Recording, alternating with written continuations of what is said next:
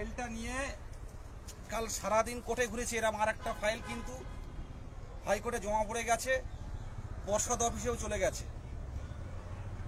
2022 প্রাথমিক টেট পাসদের পর্যাপ্ত শূন্যপাত দিয়ে দ্রুত রিক্রুটমেন্টের জন্যই কিন্তু এই পথে হাঁটা, দ্রুত রিক্রুটমেন্টের জন্য এই কষ্ট করা।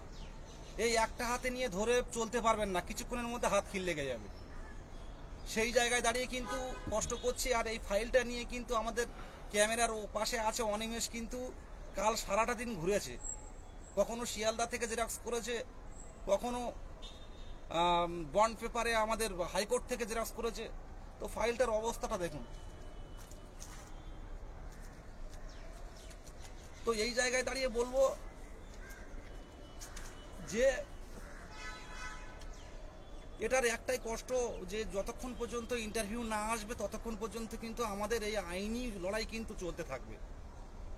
ইতিমধ্যে আমাদের পিডিএফ মামলা অনেক আগে হয়ে গেছে। সেই পিডিএফ মামলার এরকম ফাইল কিন্তু পর্ষদ অফিসে চলে গেছে, West Bengal board of primary এডুকেশনের কাছেও চলে গেছে পিডিএফ মামলা। পিডিএফ মামলা মানে কতটা ডিএলএড আছে, পূর্ণ প্রশিক্ষিত কতটা ডিএলএড আছে সেটা দেখার জন্য কিন্তু ইতিমধ্যে আইনি পথে পর্ষদের কাছে কিন্তু আমাদের পিটিশনার কপি কিন্তু চলে গেছে। যে কতজন ডিএলএড এবং বিএড আছে তার একটা পূর্ণাঙ্গ লিস্ট তালিকা প্রকাশ করবে পর্ষদ। এমনিতে করছিল না, আমরা আইনি পথে গেছি, আইনি পথেই বিচার হবে। অনেক আগে আইনি পথে গেছি, বিকাশ ভবনে এতটা ফাইল গেছে, পর্ষদ অফিসে গেছে, বিভিন্ন ডিপার্টমেন্টে এগুলো পাঠাতে হয়। আপনারা যারা জানেন, কোর্টে যারা জানেন তারা ভালো করেই জানেন। তো পিডিএফ মামলা অনেক আগেই হয়ে গেছে। কতটা বিএড এবং কতটা ডিএলএড আছে, কতটা স্পেশাল বিএড আছে, টোটালটাই আমরা মামলার মধ্যে ঢুকিয়ে দিয়েছি এবং বিএড এর সার্টিফিকেট যাতে বাতিল হয় সে গ্রাউন্ডটা রেখে দিয়েছি।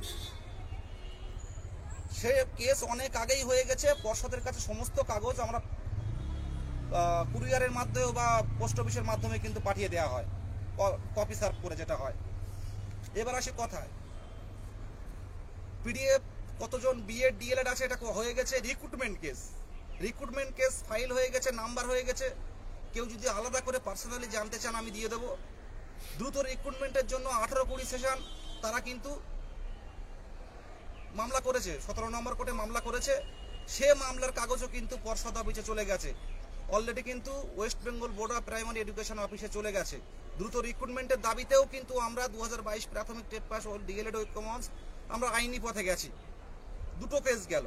3 নম্বর কেস হচ্ছে আমাদের পঞ্চম শ্রেণী। আজকে পঞ্চম শ্রেণীর অল্প কিছু কাজ বাকি ছিল, সামনের সপ্তাহে আশা করছি আমরা চেষ্টা করব।